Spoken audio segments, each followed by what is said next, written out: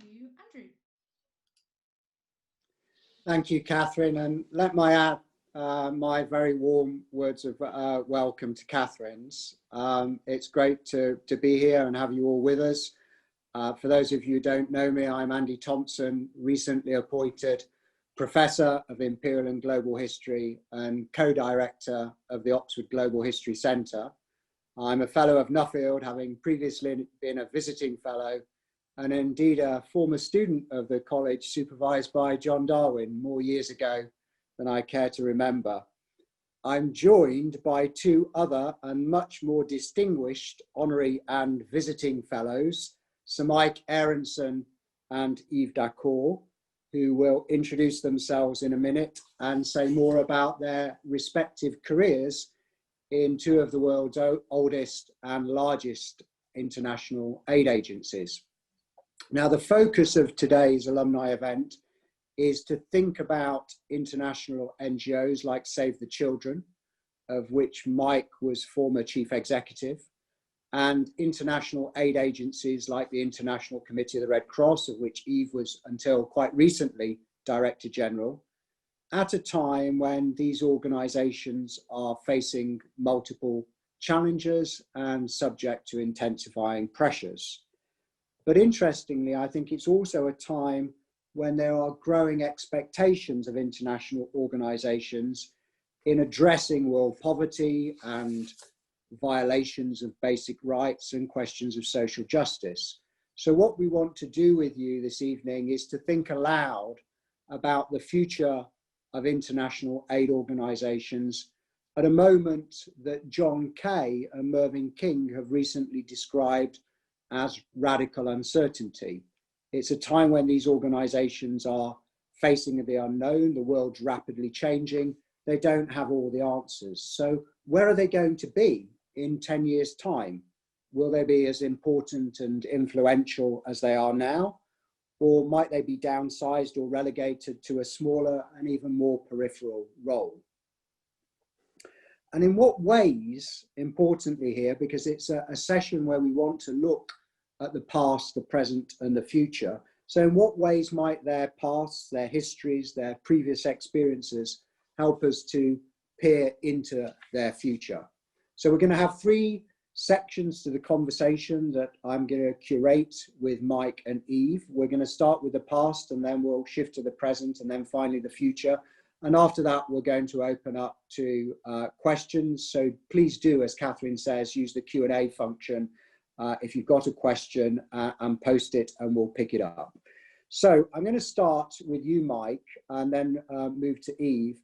And I wonder if you could just say a little bit about your former role in Save the Children, what that actually entailed, and maybe how the world of sort of aid and humanitarianism was different at the sort of start of your time in Save the Children and at the end.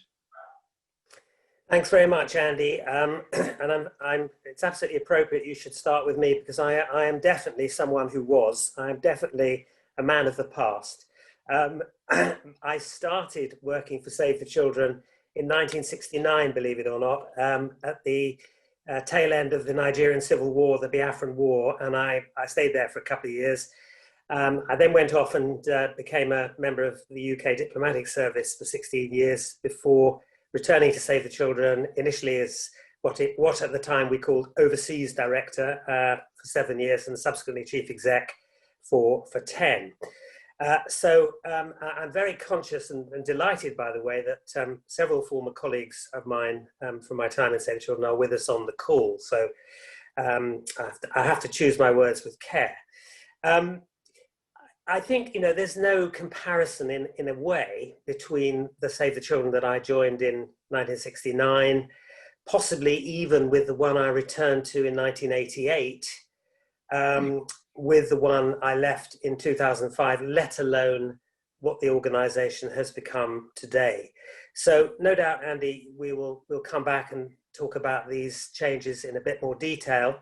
But I think in terms of the challenges faced and what the future holds, some of those changes have been good. Some of them I think have been not so good. And I think maybe they suggest issues that need to be addressed by the leadership of the organisations looking ahead? One more question and I'll move on to Yves, but I, until recently, as you know, have been the chief executive of the Arts and Humanities Research Council. And, you know, if you are chief executive, I think you're always mindful of the fact that the buck does stop with you. So would you be willing to share with us, you know, what's the biggest or one of the biggest challenges, the most difficult moments, the sort of moments, Mike, when you go to bed and you do lose sleep over them, and you're perhaps not sure what you should do. And can you share one of those with us and sort of, you know, what happened and how you responded? And maybe if I could just very briefly mention two of a very different kind. So I think the one that sort of keeps you awake at night was when you're facing a decision whether you have to withdraw from a country. And that happened to us at the end of 2004, after we lost 3 members of staff in Darfur, in Western Sudan. And, you know, those sort of big decisions about pulling out of a country where you have a huge investment and a massive long-term presence, I think are really, really tough. So that's one sort of thing. But actually, the more kind of endemic and systemic anxiety, I think, was really about how the organisation should position itself vis-a-vis others in the field. And Save the Children was unusual in that we worked in the UK as well as internationally. We had a particular focus on children, but then so did other organisations that perhaps weren't NGOs. I'm thinking most obviously of UNICEF. So how you actually differentiate yourself in terms of what you're offering and how you go out and mobilise support, I think is the real thing that keeps you awake at night, kept me awake at the night as a chief exec. Thanks, Mike. Yves, can we turn to you now, please? Yeah. So, hello everybody. I'm Yves Daccord. I'm just stepped down, and you mentioned that, Andrew, from my role as a Director General of the International Committee of the Red Cross. I've spent 10 years leading the organization, and before I was, and I think I'm a Red Crosser. I've spent more than 2 decades starting in the field. I was fortunate enough to work in interesting places like Middle East in general, Yemen, Israel, Palestine, occupied territory. I worked in Africa, in Kenya, in South Sudan, in Sudan, and I worked also quite a bit in the time of Russia, or let's say the fall of Russia, in Chechnya and then in Georgia. I was just listening, what has changed over the last, if I look at the last 10 years, one is if I look at my organization, it's a geographical footprint. You know, we have, as an organization today, if you look at the International Committee of the Red Cross, to give a sense, it's a $2 billion budget organization, 20,000 professionals, mainly focusing around war issue, violence, protection of people on one hand, but also having this amazing mandate to develop the international humanitarian law, so the law of war. And if I see what has changed, one is really our geographical scope. Today, 70%, almost 69 to be specific, almost 70% of our operation are in the Muslim world. And that is amazing if you think about what it means. And it says something about the fact that we are living in a world where there's a lot of tensions, and that's the impact of 9/11. And I would argue also of the famous so-called Arab Spring is still felt, you know, and the impact on the people is extremely high. And maybe the other things which has changed dramatically is the way governments are able and willing to work together to make sure that international public law is respected. And this is the last 10 years have been dramatic in that element, very dramatic. And the same question as I suppose with Mike is that, you know, there cannot be a shortage of moments in your career as Director General where, you know, you face some really sort of tough problems, and, you know, but you're just recently stepped out. So sort of, you know, now sort of looking back with not very much sense of perspective probably yet on that time, but what are one or two that really stand out where, you know, where you really had to wrestle with them to try and sort of work out what to do? There was a lot, but I think if there is one, and it has stayed with me over the last 10 years without any exceptions, is everything to deal with hostage. To give you a sense, as an organization, I've spent 10 years as a CEO, if you want, and I've spent only 4 months out of the 10 years without hostage. And it says something about the world. It says something also about how tough it is right now to do humanitarian work. It says also that hostage takers know exactly how to do it.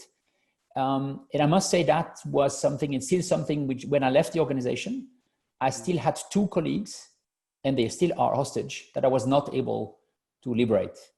And this is something which I'm still carrying with me, I would say, because that is something which is very, in our organization, we have a model where we have a crisis team on the ground, we have a crisis team at the headquarters in Geneva, but we also have then a strategic committee, and it's led by me, who really take all the tough decisions when it comes to hostage.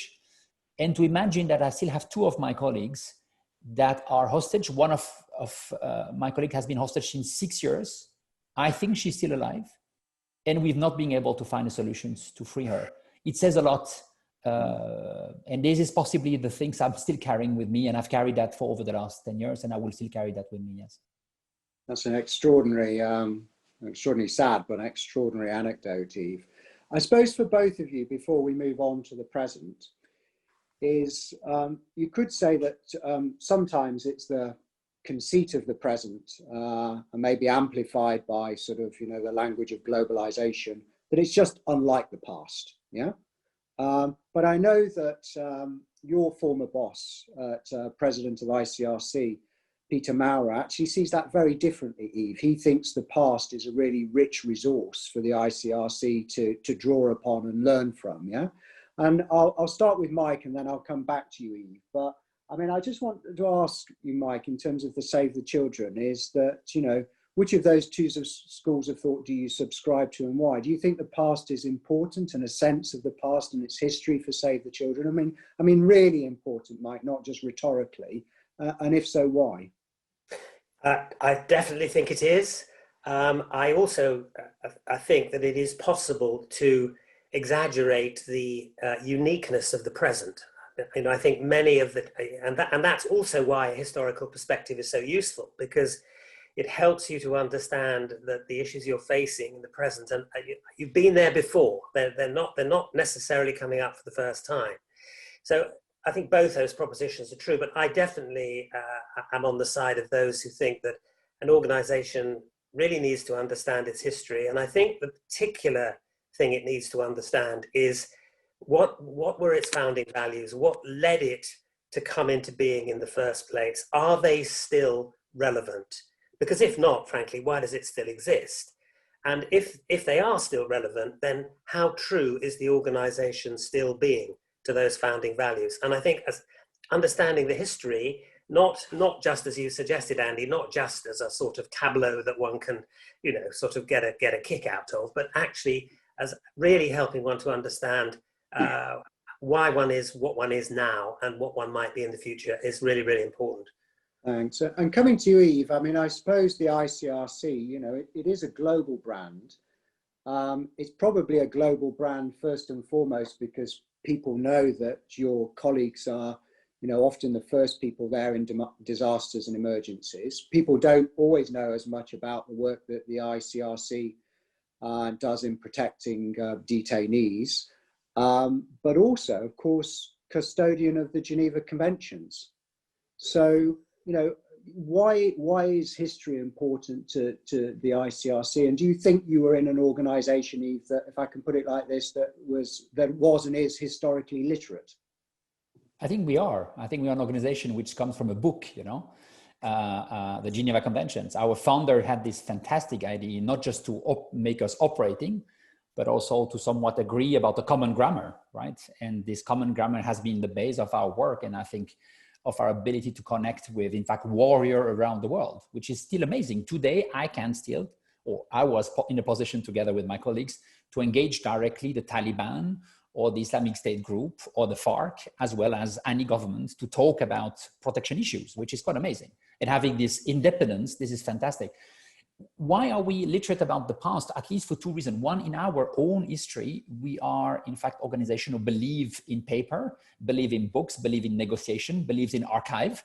So we have a remarkable set of archives. And as a Director General, I had to learn and to make sure I understood from where we were coming as an organization. What were the deal? When you want to be serious about negotiation, you know that most of the negotiation have history. You need to understand. You need to be aware exactly what happens. How did you forge that moment, that critical issues? When it comes to international public law, it's even more important to do that. The other element is very pragmatic, operationally. I mean, we are dealing with people. Some people forget that in our world of today. But in most of the places where we operate, we deal with people who have been there for decades. They know us very well. And if you don't remember what you did or what you didn't do over time, what was your commitment or your lack of commitment, you are a useless organization, really. So that was a super important. That's one of the problems, by the way, to the humanitarian world in general. Very short memory. The idea that you're moving to emergency, boom, boom, boom, this time is over. I mean, you have to be invited to do humanitarian. People are controlled. You can't just come in a garden like that and decide that you do humanitarian action.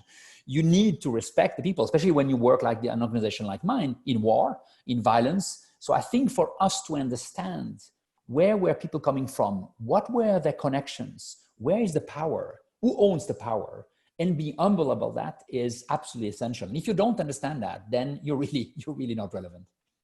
So, I mean, that, Yves, I think helpfully gives me my sort of segue in for moving to past and present, because, you know, the world is changing around these organizations and the organizations are changing themselves. And just remind people who've tuned in that you can use the Q&A function. So I can try and sort of slip in questions before we come to sort of the block of time that we've protected later on for Q&A, but we can do it en route.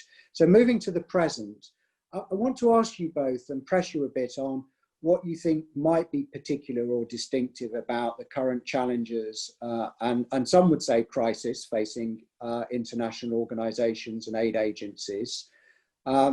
Before the pandemic, perhaps it's painful to remind ourselves, but we had the high profile media controversies around sexual abuse and exploitation in the aid sector.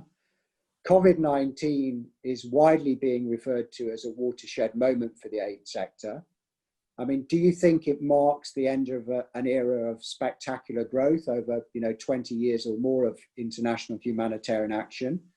Or is it an opportunity amidst all this uncertainty for organizations like the ones that you led to rethink what they do and maybe to reestablish some public confidence and trust?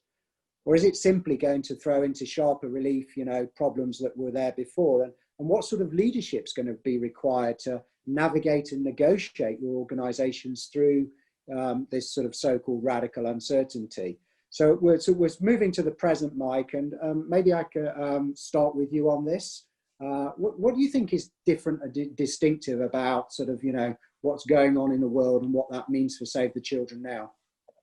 Well, I think COVID undoubtedly is a watershed moment, not just for the aid sector, but for the world. I mean, I think it will force us. It is already forcing us to rethink a number of the assumptions which we've lived by in recent decades. But I think it's important to stress that even before the pandemic struck, there were some existential issues facing international NGOs. And so what COVID has done, it's both sharpened the focus of those, but it's also added a new dimension. And I think, the project that the three of us are engaged on at Nuffield, which I'm sure you'll talk about more later, Andy, I think acknowledges that we obviously, it would be quite wrong to ignore the implications of COVID, but equally, let's not lose sight of some of the things that were there beforehand. And I think for me, a lot of those things would be linked to globalization, market imperatives that have driven organizations down a particular route, what you might call a sort of a route of corporatism. I think for very sensible motives, organizations like Save the Children, but many others that are a family. I was chief executive of Save the Children UK, but there are, I think, about 29 other Save the Children organizations around the world, members of the same family. Organizations that are like that have had, for all the right reasons, tried to come together in a more coherent way so that they can act together. But there are huge complications attached to that. And, you know, very easily that becomes, it's very easy for the tail to start wagging the dog, if I can put it that way. You know, that the imperative of actually being, of sort of increasing market share, of using that network to maximize funding opportunities, etc., etc. If you're not careful, there's a danger it does take you away from those founding values that I talked about before. And I think particularly, again, for me, this is my personal view. In the case of Save the Children, the founding values were internationalist.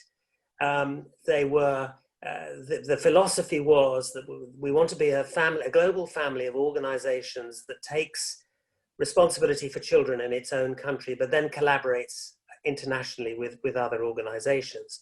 Now, obviously, over the years, that has become the power imbalance, if you like, between what traditionally people call North and South, has made that a sort of vision that's actually quite hard to deliver in practice. But it does seem to me that it is still the raison d'etre for the organization. It's not about us as a UK organization dispensing lots of money and claiming to have all the wisdom.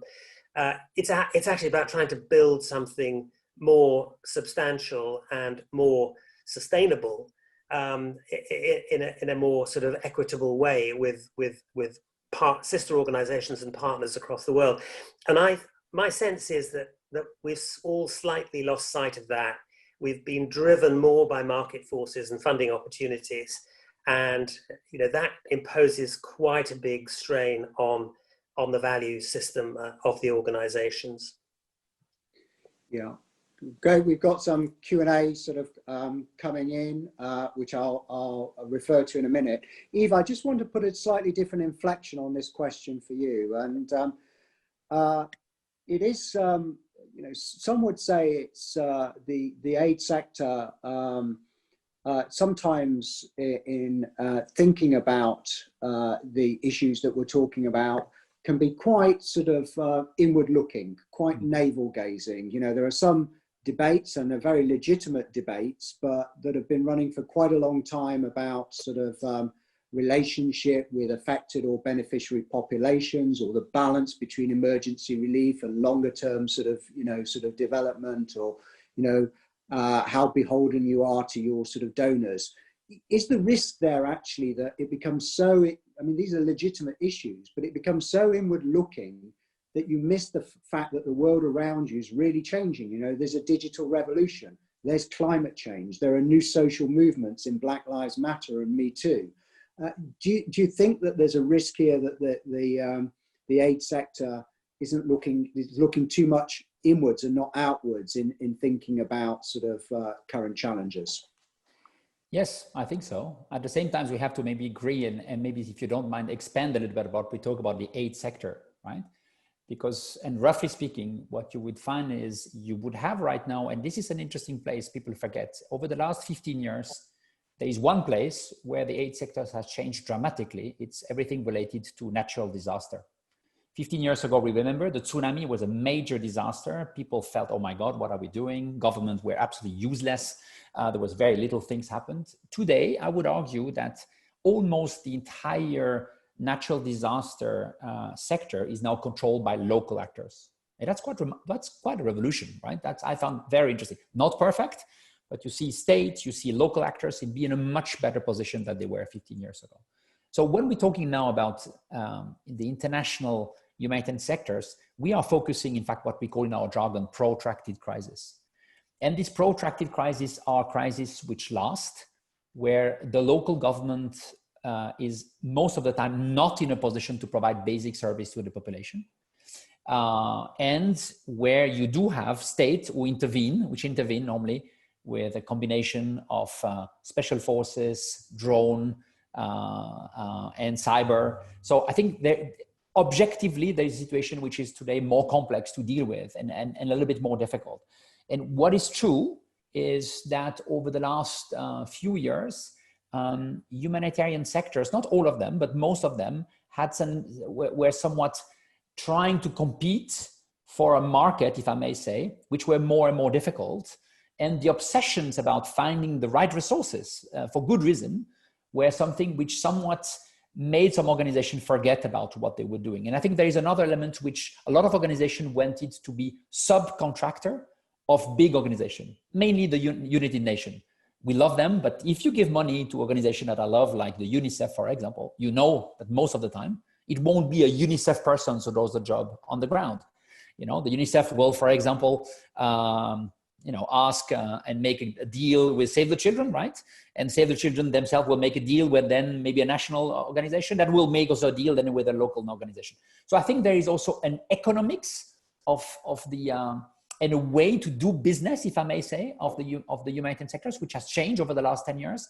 And it's true, Andrew, there was few discussion about that. There was a lot of discussions about respect, about principle, but very little discussions about how do we really operate and what it means. But for me, if I would really formulate that differently, there's maybe two questions. One is really related to our ability, and here it's as a collective, as an ecosystem, I would call it, to really being able to understand the evolution of the need of the people affected that we try to serve. And if I look at my own organization, the last few years, and I really want to take Syria as an example, but we can take another one, but let's say Syria, it was very clear that most of the time when we were able, after months sometimes of negotiation, to arrive in a besieged town and then being able to discuss with people, spend the time, one of their top three needs, of course, there was always water and health and sometimes security, but one of the top three was Wi-Fi. Please give us Wi-Fi, because it's central. And we're talking about 2012, 2013, because Wi-Fi is an absolutely central element for the survival of the people. It's a very simple example, but an interesting one. And as an organization, you really need to understand that people are telling you that. Same for education, for example. Education for a lot of people is in fact a humanitarian need, and they express that in refugee camps and places like that. I saw also a totally different way that people were able to talk about their mental health. 10 years ago, we knew it when it came to sexual violence inside prison. It was very rare that people were able to express their needs when it came to mental health. Today, people are able to express it. So it means as an organization being flexible enough, both in terms of planning, but also in terms of power. People on the ground should have the freedom to be able to design a response which corresponds to the need of the people and not correspond to the planning that was done by the headquarters or by the partner. And that has been something which has been quite complex over the last few years. The other element is, of course, when you talk about humanitarian actors, you have also to talk about the donors, right? Let me introduce the donors in our discussion. So we have donors, private donors, but we do have also government, and they are very central. And government have played an important role, including in UK, for example, which have been quite remarkable over the last few years with a focus on protracted crisis. What I've seen over the last few years, though, is a shift in the interest of the donors. I would say 10 years ago, when I started as a CEO, the main questions was impact. And it was a good question, tough questions, and sometimes we didn't agree always. Can you measure impact? How far? What does that mean? Can you connect that with the value of money and blah, blah, blah? But still very interesting. Today, I would argue the main questions is about risk. What is at the core of the transaction right now between a donor, especially when it comes from a government and a humanitarian action operation operating in Syria or in Sahel or in Afghanistan, is about how do you guarantee that my risk is transferred to you? I want to transfer my risk to you. And this is something, Andrew, when you think about the world in which we operate, which is a central one. So I think there is also no discussions, not just between the humanitarian, but also between the people, the media, and I would argue also the parliament, for example, to discuss, yes, of course, if you work and operate in places as difficult as the Sahel, as Afghanistan, as Myanmar, as Somalia, there are risks. And let's talk about this risk. The idea that you can operate in these places with a zero risk on corruptions, a zero risk on any problems is crazy. And this over the last years have been clearly for me a distortion. So Andrew, you're right.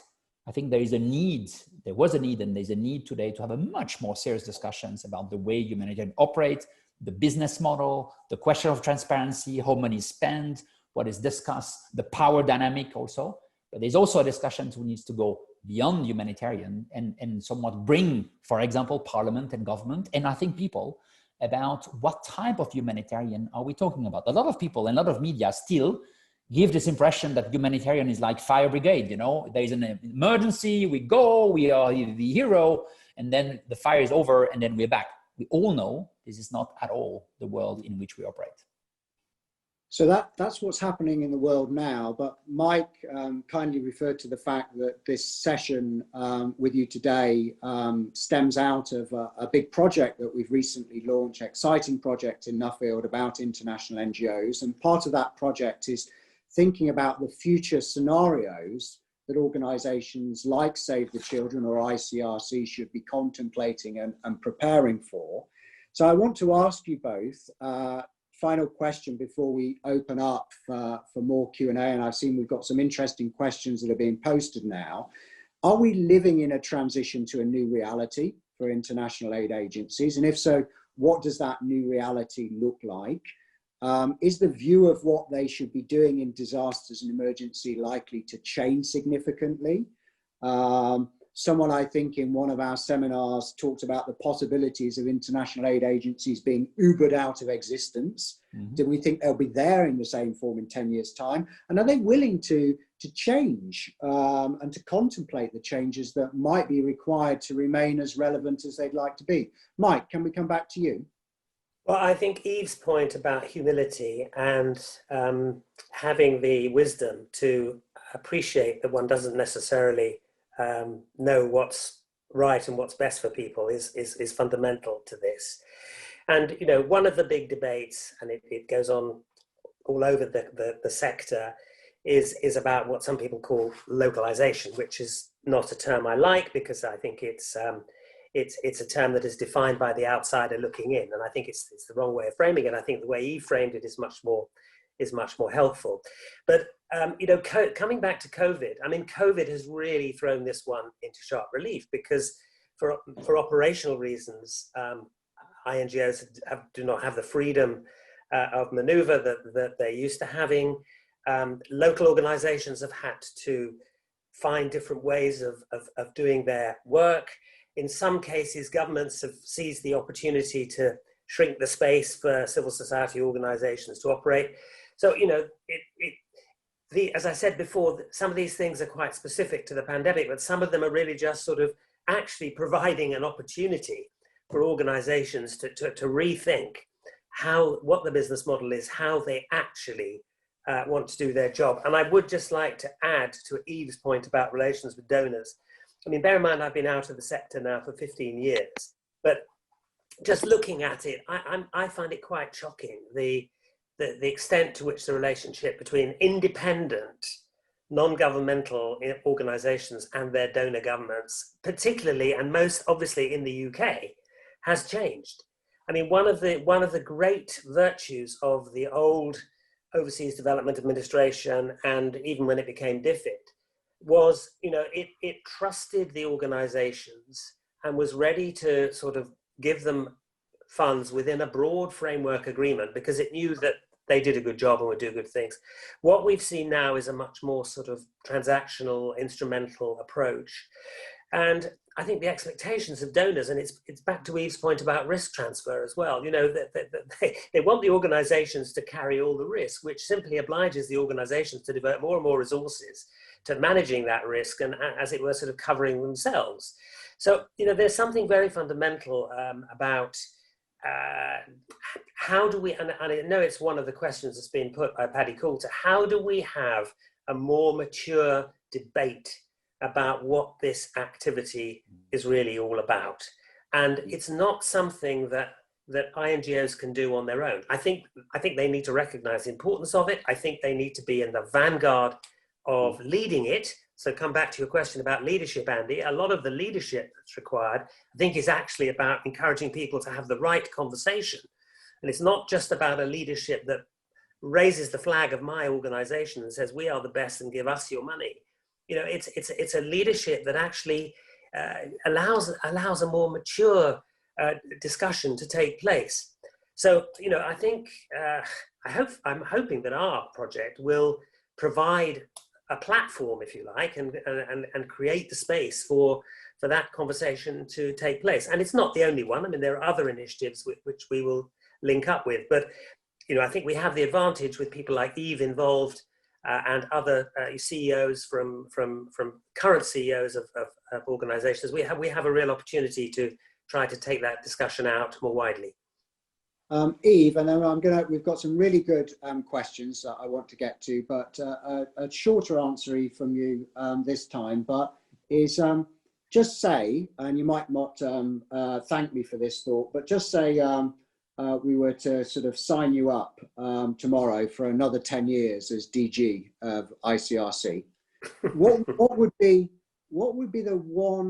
the most sort of fundamental and far-reaching change if you were to have a sort of another decade of sort of tenure there that you'd think you needed to pilot or steer the organization through? So, you know, future is going to be different to the past if we buy into that. You know, organizations are going to need to change.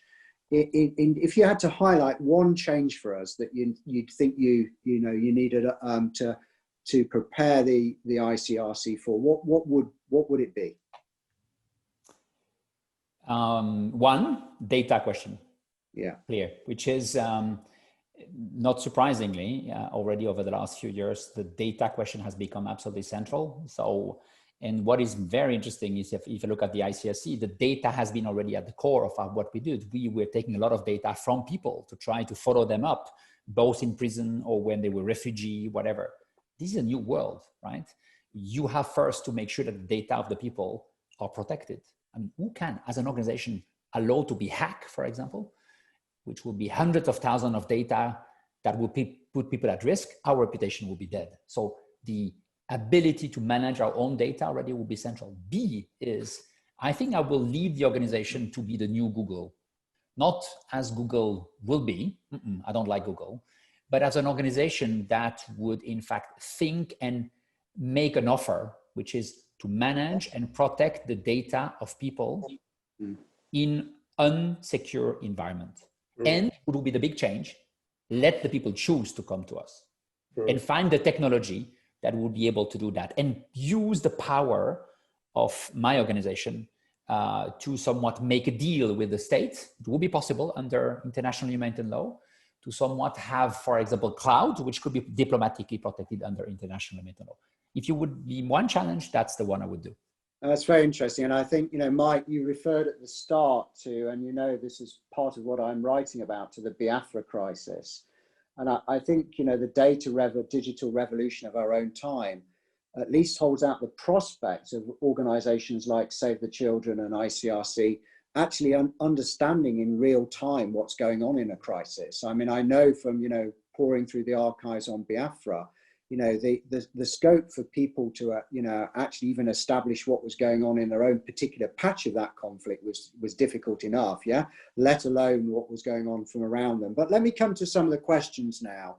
We've got a really good question about trade-offs here, and it's, I think, got a bit of bite to it, helpfully, is one of the accusations of aid agencies that you alluded to when you talked about the humanitarian marketplace and the political economy of aid, Yves, is that, you know, they're all tripping over each other, yeah, in order to grow their sort of market share.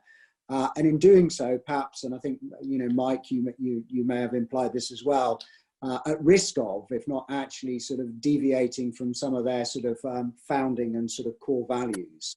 How much of a problem do you think that is, and sort of, you know, how culpable are aid agencies of it? Have they been growing their market share at the expense of remaining sort of rooted in a sort of set of values that, the public can identify with. Maybe we flip the order this time, and Yves, you first, and then back to Mike. So if you look at the market, first you have to bring in the market the United Nations. The one who own the market right now, if you talk about formal humanitarian system, are clearly the United Nations. They've been able to be smart enough, we can like them or not, to somewhat have the big share of the market share. And I think here the first questions is to really reflect, what did they do? What was the modus operandi? And I think they did a very smart modus operandi, which 10 years ago was smart in a sense that, as I mentioned before, they hired, in fact, subcontractor, a list of subcontractor, right? It was very well done for natural disaster. I think it was done for somewhat development, much more complicated when it comes to, in fact, war and when it comes to protection issues. So I think the first questions before even trade-off would be to look at the business model. And I would have a tendency to say that there was a lot of organization willing to go where the money was without really reflecting. And for me, the critical issue is not so much the size, is your own agency, your ability to, in fact, understand a context, your ability to negotiate and stay the course of actions. We're living in a world where if you are not able to stay in a country, you move out of the country, you will not come back. That's clear for me, right? So and that's over the time where we had somebody killed in the country. We did that a lot. This time it's over. We have to be able, and it's very painful sometimes to accept, but we do have to stay in a country, understand what's happening, connect. And if I look at my own organization, for example, we still are so much struggling when it comes to Libya, for example, or Ukraine. One of the reasons is because we were, in fact, rather new when the situation came in. We had no experience compared to Iraq or Somalia or Afghanistan, when we have 30 years of experience. And I mean it. If you want to be serious, you need to understand the power and the dynamic around that. So that's one. B, what worries me about humanitarian, and that's where the trade-off are wrong, is we could have absolutely look for more efficiency. Absolutely. Not so much in the delivery. I believe that the delivery needs to be done by professional, a good mix of locally hired people and international, and it's the mix which is interesting.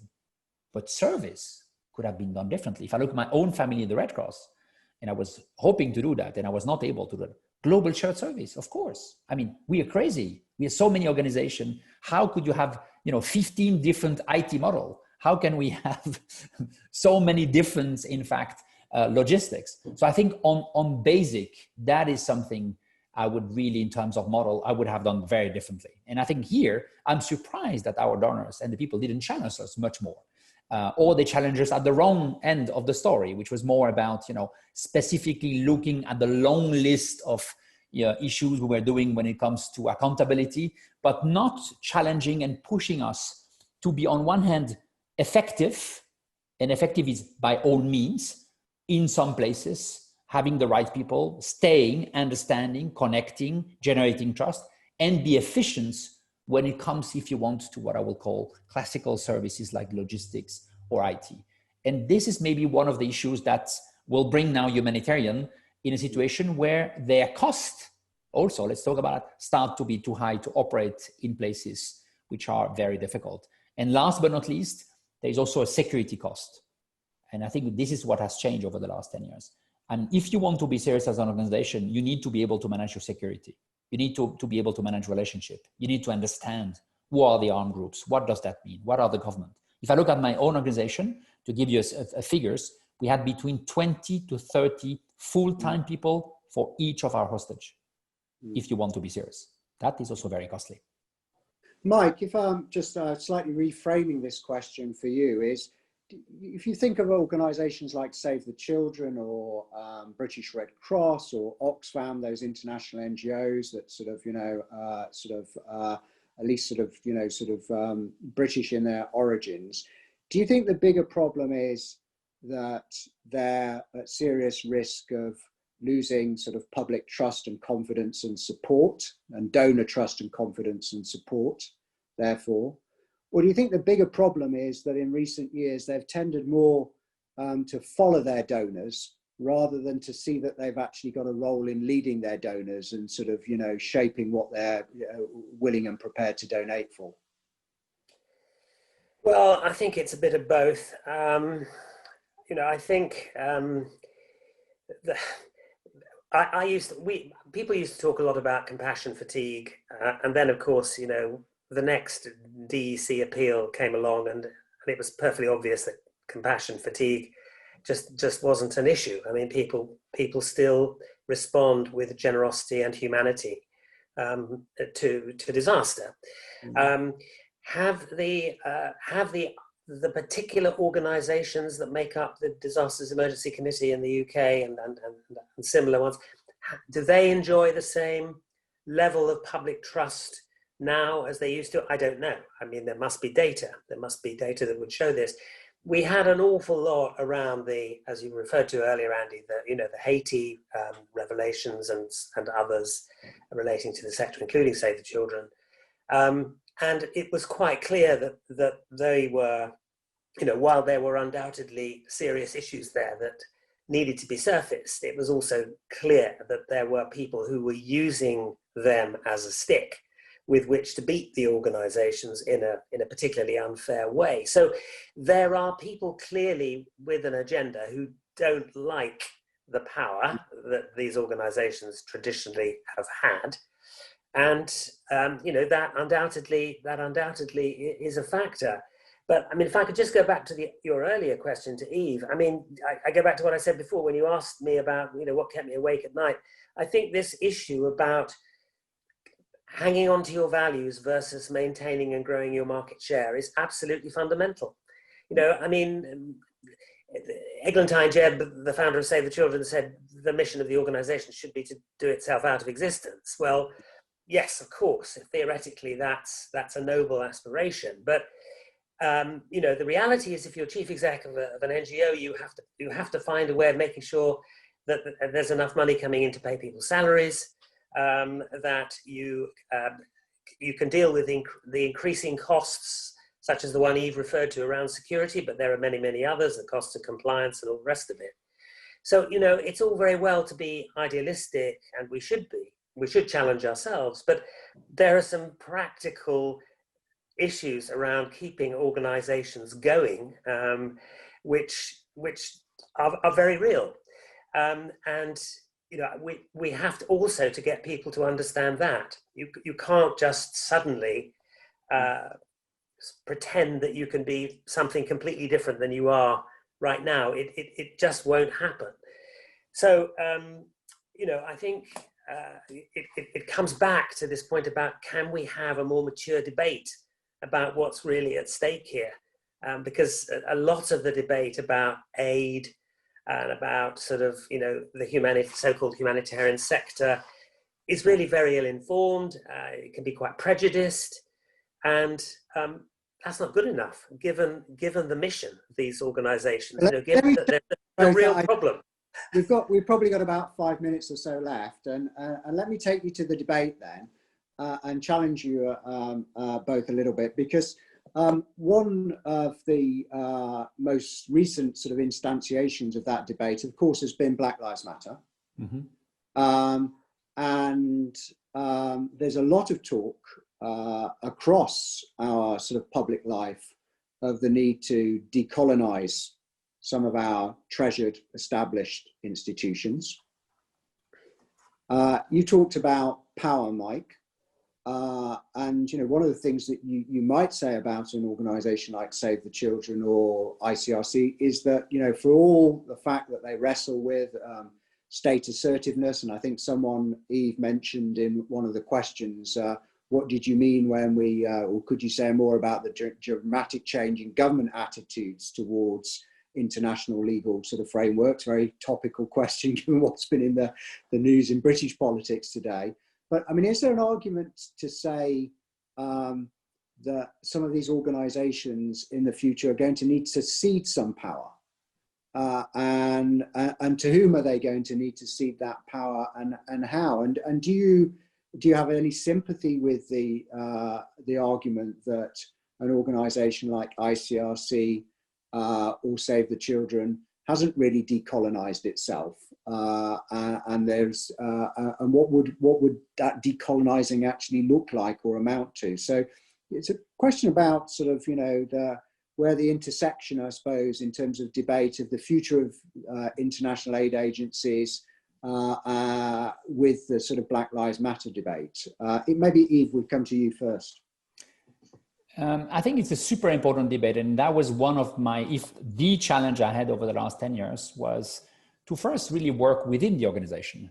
And I think one of the tensions within humanitarian organization is between what we call locally hired people and international staff.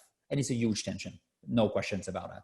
And I think you need, and we took a lot of time to just agree that as an organization, we are in fact a group with different contracts, but one group, not two groups with two different objectives and different vision. So to give you the first answer, yes, there is still more devolvement of power and responsibility, access to information that need to happen within the organization for what I call locally hired staff. No questions around that. No, there's no questions with all the problem related to that, but I think we need to really reflect about it. B, can I be very pragmatic? If I look at the three of us, great, three men, smart, whatever, but we are white and European. And as a white and European, I mean, our world has shrunk. There's a lot of places where 10 years ago you could go and walk and whatever, not accessible anymore. I would never, ever use you with all my love, you know, in Middle East, in Sahel, in other places, because you would be taken hostage very quickly. So I think let's also be clear. It's not just Black Lives Matters, but there's also a pragmatic way to look about it. I mean, you have today to have an organization which is able to have the right people, but also the right nationalities and the right religions to be able to operate. Sorry, this is the reality. Last but not least, that's true. There's a fundamental question of power. And as always, I think as an organization, you need to ask yourself, not just the power within, but also the power that you exert, you know, on behalf of the people affected. And here, it's still a places that where we need to be able to look ourselves more and understand more of what we want to do. I think that is a critical element around that. May I just make a bridge quickly with the questions around, and I'm sorry because it will be just 1 minute. The big change for me on international affair, there is a lot of change, but if it comes to international humanitarian law, it's the way states are waging war. That has changed dramatically over the last 10 years. If you look at UK, for example, or European country, without talking about the US and Russia, all that, 10 years ago, they were still somewhat struggling with Afghanistan and Iraq, with soldiers on the ground, with all their problems, very difficult. But this is last century war almost, right? Today, you don't send any more soldiers. You send only special forces with a mix of MI6 or MI5, depends what happens. You then brings a lot of money. You use mercenary, you use partner, you use also cyber and drones. And this is the way you do war. And you do war below the level of accountability. Absolutely. If I'm not mistaken, in UK, in France, in Belgium, other places like that, I don't remember that the parliament really, you know, was able to somewhat engage in the discussions and authorize, in fact, the soldiers or the country to go to war. That has changed over the last 10 years. So it means suddenly Western countries have discovered that it was possible again to wage war in a very different way than 10 years ago. 10 years ago, it was very difficult. Today, it's possible. And then you have this paradox of accountability, which means that you are able to navigate and do a lot of things below the level of accountability. Nobody really noticed about it. And then on the other hand, you are extremely risk adverse. And this is happening in the very same system. That has transformed the relationship states have with international public law and specifically international humanitarian law. Yeah, I mean, a fascinating observation there, even. Of course, there's a sense of a whirligig of time going around there because, you know, in the 1960s and 70s, the ICRC, as it expanded exponentially its detention work, was having exactly the same discussions because that was mainly in non-international armed conflicts, and international law in hard law gave you very little cover to do that. But you developed a set of detention practices, yeah, in terms of soft law, which got the state acceptance that you required. Mike, Black Lives Matter, comment from you, and then I think we're going to be looking to wrap up. Yeah, very quick word from me, and I hope this doesn't sound trite, because I don't mean it to, but to be honest, if you remain true to your values, you don't need to think about in terms of ceding power, because it's not about having power. You know, the relationships you have with the people you work with should not be about power. Now, obviously, there is a huge power imbalance between, in terms of financial resources, between the rich world and the poor world. And that is a reality. And James Kissier asked the question, what incentive is there for big INGOs to do themselves, to localize, because it would mean putting themselves out of business. I don't think that they should be putting themselves out of business, because I think the world still needs them. I think there is still a need for powerful outsiders. But the question is, how do you engage as a powerful outsider? And for me, it does all come back to values. So if you're very, very clear about what your mission is, what your purpose is, how you relate to the world, the job you're supposed to be there to do, then there is still a useful role for you to play. But in terms of you can't. I mean, the world. If I go back to when I went to Nigeria in 1969, I'm embarrassed. I'm absolutely embarrassed looking back on that, to think about how I, as a relief worker, saw the relationship between my organization and the country in which I was working. That has changed and has to continue to change. But there's still a role for these organizations if they remain true to their values. I think that's a good point on which to conclude. I would just say to everyone listening in, Mike referred to the Nuffield project. Mike's the co-director of it. Yves very kindly chairs our International Advisory Board on the future of international NGOs. And there is more information about that project on the college website, which I'd encourage you to turn. And now I ought to hand over to Andrew Dilnott to wrap the session up. Thank you very much for tuning in. Thank you. That was fascinating, exciting, slightly worrying in parts. This is the first webinar we've put out during the current pandemic, and I think it's highly appropriate that it should be about this particular bit of the social, economic and political problems that the world faces. So when Lord Nuffield set the college up, he set it up to tackle social, economic and political challenges. And this particular set of challenges is all of those, and a set of challenges that can easily fall outside the mainstream of thinking about the economy or sociology or politics. So within the college community based in Oxford, we're very excited about it. We're wonderful to see so many people from all around the world. We'll certainly be wanting to do more of these kinds of things over the next few years. So in particular, if you have thoughts about how we could do that in a way that would be interesting and valuable to you, do please let us know. In the UK, at least, it's about to be the beginning of the weekend. So I hope that everybody in the UK has a great weekend. And those of you whose weekend has already started are having one, and whose is about to start in a few hours, have a great one too. It's great to see you virtually. We hope to go on seeing you virtually, but we also hope that in not too long, we'll be able to see you in real time. Thank you so much and good night.